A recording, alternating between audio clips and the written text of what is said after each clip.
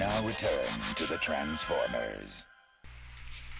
Hey there, everybody. This is Malwave here with part 3 of my Transformers Energon Omega Supreme review. And yes, I'm in the camera shot. Hi, people. Wish my hand was the right one that I was waving. Yeah. Anyways, as you can obviously tell by the it's the robot mode review. So I'm going to be covering articulation. Fun factor, gimmick, and basically going to touch on both the robot modes.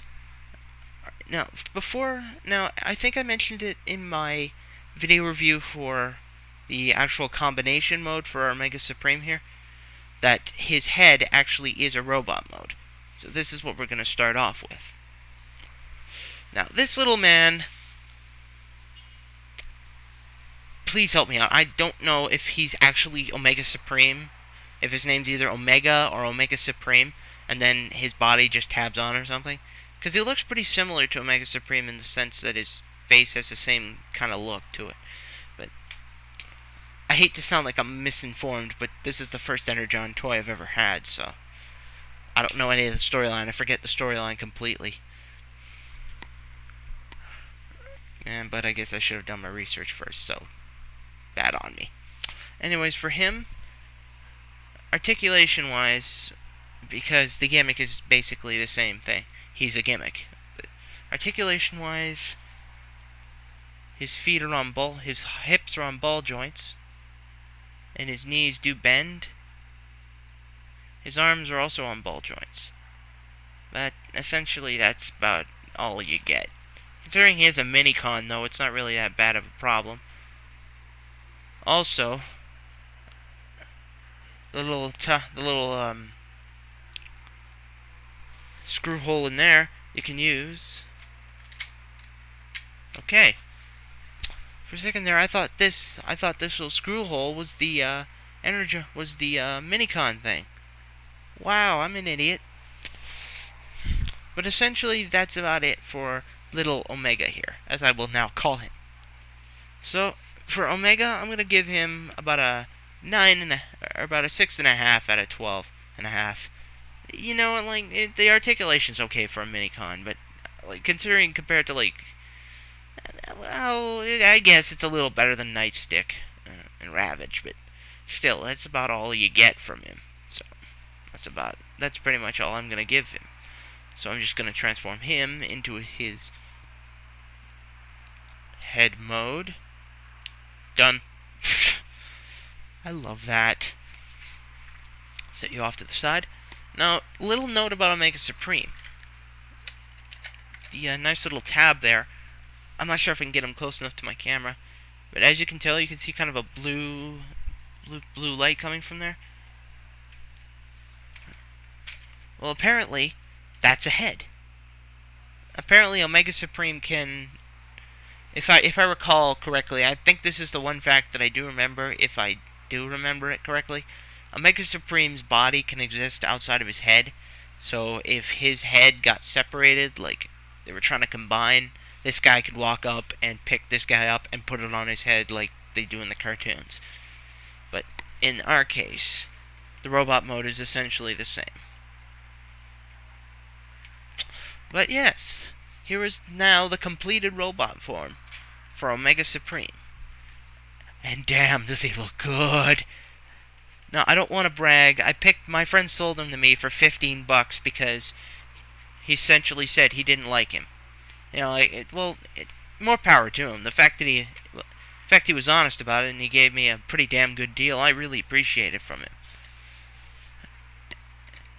He also mentioned that it's good to see that a toy that he doesn't like is going to a home that he knows will care for it.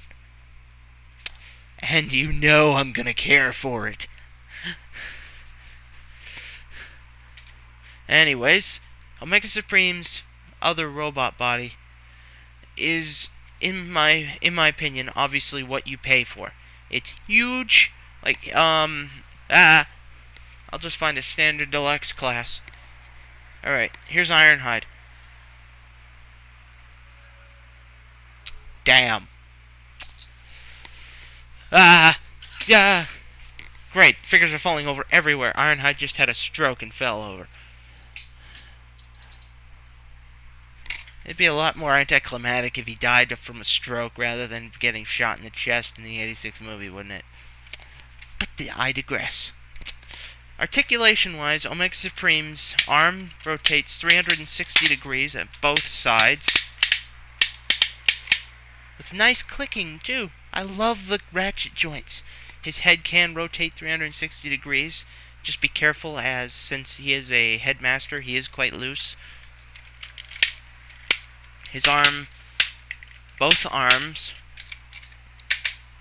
do move out. They also bend at the elbow to a certain point. I suppose it really depends which way you turn it.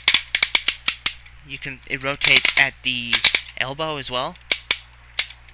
Omega Supreme's one hand does come open and closed. Or does open and close. For his thighs, he can rotate completely at the hip. He can move in and out from the hip, and no, I'm not going to do it. He can rotate at the knee, and his feet can slightly move, but not too much. But still, for a big figure like this, that's pretty damn good articulation.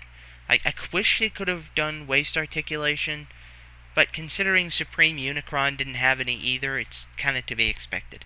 And expect that review in a few days as well, or a few weeks as well.